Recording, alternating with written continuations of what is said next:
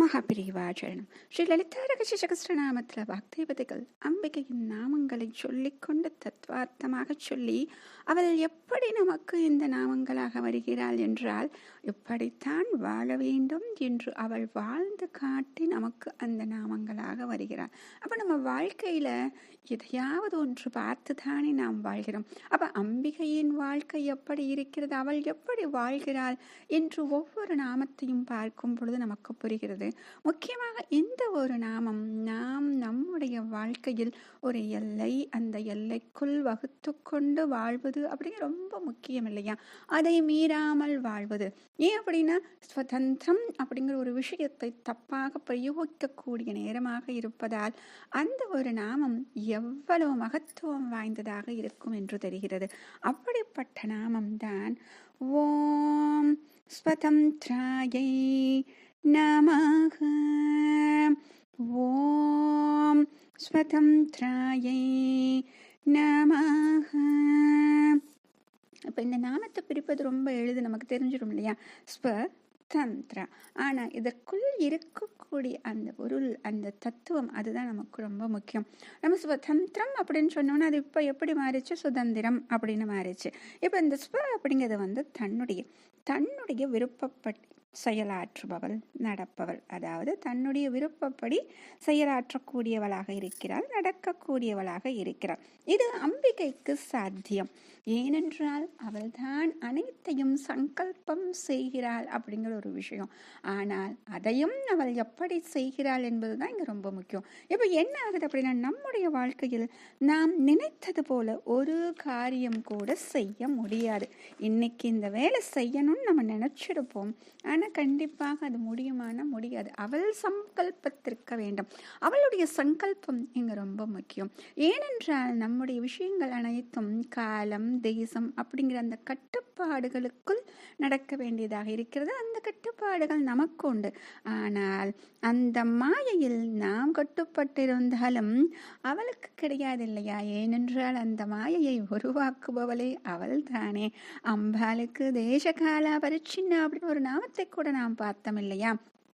அப்ப இவை அனைத்தையும், இந்த கட்டுப்பாடுகள் அனைத்தையும் தாண்டினவளாக மேலே அவள் இருக்கிறாள். சரி, கட்டுப்பாடுகளையே அவள் தான் விதிக்கிறாள் அப்படிங்கிறதை நம்ம பார்த்தோம். ஆனா இந்த இடத்துல என்ன நம்ம சரியா புரிஞ்சுக்கணும் அப்படின்னா, அந்த கட்டுப்பாடுகளை உடைத்தவளாக, மீறினவளாக அப்படின்னு தவறாக பொருள் கொள்ளக்கூடாது. ஏனென்றால் இன்றைய காலகட்டத்தில் பெண்களாகிய நாம் இந்த ஒரு சிறு தவறு கிடையாது, ரொம்ப பெருசா நடக்குது இல்லையா? அப்ப இந்த ஒரு விஷயத்தை நாம் பின்பற்ற வேண்டும். நமக்கென்று இருக்கக்கூடிய அந்த எல்லைக்குள் நாம் எத்தனை சுதந்திரமாக இருக்கலாம் அப்படின்னு சொல்லி ஒரு எல்லை இருக்கு இல்லையா? அந்த எல்லைக்குள் நாம் வாழ வேண்டும். அதை உடைத்தவர்களாக, மீறினவளாக நாம் இருக்கக்கூடாது. ஏனென்றால் அம்பிகையே ஒரு கட்டுப்பாடை வைத்துக்கொண்டு அதில் தானே அவள் இருக்கிறாள். அப்ப இவள் நினைத்த மாத்திரத்தில் காரியங்கள் நடந்துவிடும். எப்படின்னா அம்பாளுடைய சங்கல்பம், அதனால் அது சாத்தியம். இப்ப இதை நம்ம படிக்கும் பொழுது இதுல தந்திரம் அப்படின்னு ஒரு வார்த்தை வரும் பொழுது, இதே நம்ம சர்வ தந்திர ரூபாயை நமக அப்படின்னு அதில் பார்த்தோம். எல்லா தந்திரங்களின் ரூபமாக இவள் தான் இருக்கிறாள். இன்னொன்னு மகா அப்படின்னு பார்த்தோம். இங்க வரக்கூடிய தந்திரத்துக்கும் இப்ப வரக்கூடிய ஸ்வதந்திரத்துக்கும் வித்தியாசம் இருக்கும். இப்ப சர்வதந்திர ரூபான்னு சொல்லும் பொழுது இங்கே தந்திரம் அப்படிங்கிறது அம்பாளை வழிபடக்கூடிய ஒரு முறை, ஒரு மார்க்கம் அப்படிங்கிறது. அப்ப இந்த ஸ்ரீவித்யா மார்க்கத்துக்கு ஸ்வதந்திரம் அப்படின்னே ஒரு பேர் இருக்கும். அப்ப எவ்வளவு உயர்ந்ததாக அந்த மார்க்கம் இருக்க வேண்டும். அது அழகா ஆதி ஆச்சாரியால் சொல்லியிருப்பாரு. சௌந்தர்ய லகரில 31வது ஸ்லோகத்துல சொல்லியிருப்பாரு. இதுக்குன்னே சதுஷஷ்யான்னு சொல்லிட்டு இந்த 64 விதமான தந்திரங்களை பற்றி சொல்லக்கூடிய ஒரு ஸ்லோகம். எப்படி சொல்லியிருப்பாரு அப்படின்னா, சதுஷஷ்யா தந்திரைஹி சகலம் அதி சம்ஜாய புவனம் ஸ்திதஸ்தத் சித்திஹி பிரசவ பரதந்திரைஹி பசுபதிஹி புனஸ்த்வ நிர்பந்தாத் அகில புருஷாத்தைக घटनां स्वतंत्रं ते तंत्रं क्षितितलं अबाधिधर இதம் அப்படின்னு சொல்றாரு. இல்ல அற்புதமா என்ன சொல்றாரு அப்படின்னா, இதுல பசுபதியான சிவன் இருக்கார் இல்லையா, 64 விதமான தந்திரங்களை கொடுத்து இந்த உலகத்தை ஏமாத்தி வச்சிருக்காருங்க.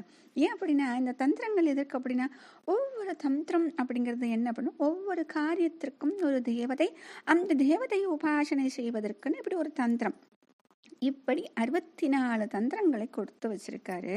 ஆனால் உன்னுடைய நிர்பந்தத்தால் அதைத்தான் கொடுத்திருக்காங்க. புனர் தவத் நிர்பந்தாத் அகில புருஷார்த்தம் ஏக கடன. நீ அவர் என்ன பண்ணிட்ட, ரொம்ப பொறுத்து இந்த அகிலத்துக்கு தேவையான சகல புருஷார்த்தங்களையும், எது சொல்றோம், தர்மம் அர்த்த காம மோட்சம் அப்படின்னு சொல்றோம் இல்லையா, இது ஒன்று சேர்த்து கொண்டு வர வேண்டும் அப்படின்னு நீ கட்டாயப்படுத்தியதால் அதைத்தாங்க சொல்றாங்க ஸ்வதந்திரம் தே தந்திரம் அப்படின்னு. அப்படி சுதந்திரமாக இருக்கக்கூடிய உன்னுடைய தந்திரம் அது என்னது, அதுதான் ஸ்ரீவித்யை. அந்த ஸ்ரீவித்யை நீ இந்த பூலோகத்துக்கு கொண்டு வந்து எங்களுக்கு கிடைப்பதற்கு அருள் செய்தாய். அதைத்தான் இந்த பூலோகம் சொல்லும் பொழுது சிதி தலம் அப்படின்னு சொல்றாங்க. அப்ப இந்த பூலோகத்தில் கிடைப்பதற்கு யாருடைய அருள் இருந்தது, இவளுடைய அருள். அதைத்தான் சொல்றாங்க அபாதீதரம். அதாவது அபாதீதரத்தை அப்படின்னா அவதாரம் நம்ம சொல்றோம் இல்லையா, அதை சொல்லும் பொழுது இதுக்கு சொல்றது. அப்ப இதம் இப்படிப்பட்ட அனுகிரகத்தை நீ செய்தாய்.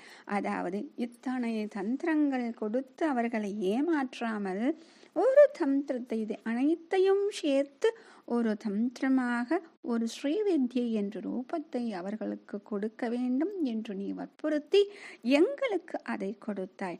ஆக இந்த பிறவி பயன்களை எல்லாம் ஒருங்கே தரக்கூடிய பஞ்சதசி அப்படின்னு சொல்லக்கூடிய முக்கியமான உன்னுடைய தந்திரம் அதுலதான் வருது ஸ்ரீவித்யாதுல. இந்த உபாசனை முறையை நீ இந்த பூவுலகில் செய்வதற்கு அருள் செய்தாய் அப்படின்னு சொல்ற. மகாபெரியவா சரணம்.